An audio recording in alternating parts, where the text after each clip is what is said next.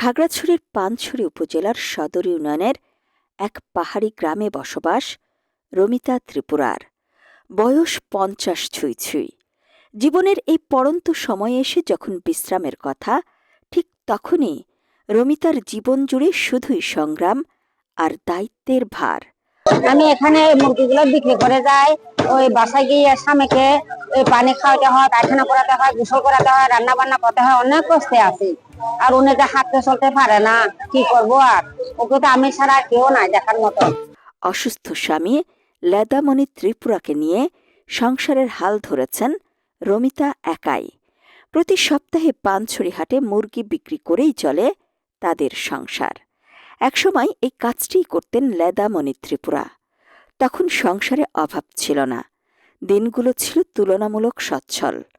কিন্তু ৫ বছর আগে হঠাৎ গুরুতর অসুস্থ হয়ে পড়েন লেদামণি ত্রিপুরা। ধীরে ধীরে হারিয়ে ফেলেন দৃষ্টিশক্তি, চলাফেরার সক্ষমতাও। সেই সঙ্গে বদলে যায় পুরো সংসারের চিত্র। স্বামীর অসুস্থতার পর থেকেই সংসারের সব দায়িত্ব এসে পড়ে রমিতা ত্রিপুরার কাঁধে। একদিকে উপার্জন, অন্যদিকে অসুস্থ স্বামীর সেবা যত্ন।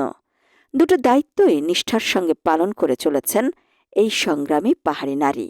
হাটে মুরগি বিক্রি করে বাড়ি ফিরে শুরু হয় রমিতা ত্রিপুরার আরেক যুদ্ধ। স্বামীর সেবা, রান্নাবান্না সবই তাকেই করতে হয়। অল্প আয়ের এই টাকাতেই সংসারের খরচ চালাতে হয়, পাশাপাশি শোধ করতে হয় ঋণের কিস্তি। মুরগি বিক্রির কাজটি যে কতটা কষ্টের তা ভাষায় প্রকাশ করা কঠিন। তবুও দমে যাননি তিনি। গভীর রাতে না ঘুমিয়ে মুরগির ড্রেসিং করতে করতেই ভোর হয়ে যায় রমিতার।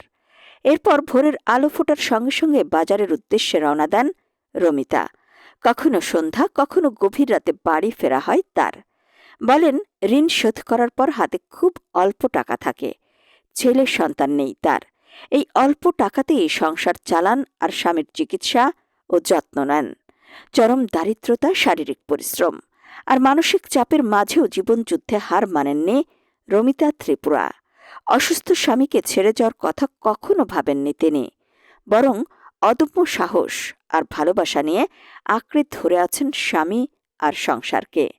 রমিতা ত্রিপুরার জীবন কেবল একটি পরিবারের গল্প নয়, এটি পাহাড়ের প্রত্যন্ত অঞ্চলের লড়াই করে বেঁচে থাকা সংগ্রামী নারীর প্রতিচ্ছবি। এই গল্প সত্যিকারের জীবনযুদ্ধের, যেখানে ভালোবাসা আর পরিশ্রমী বেঁচে থাকার অনুপ্রেরণা যোগায়।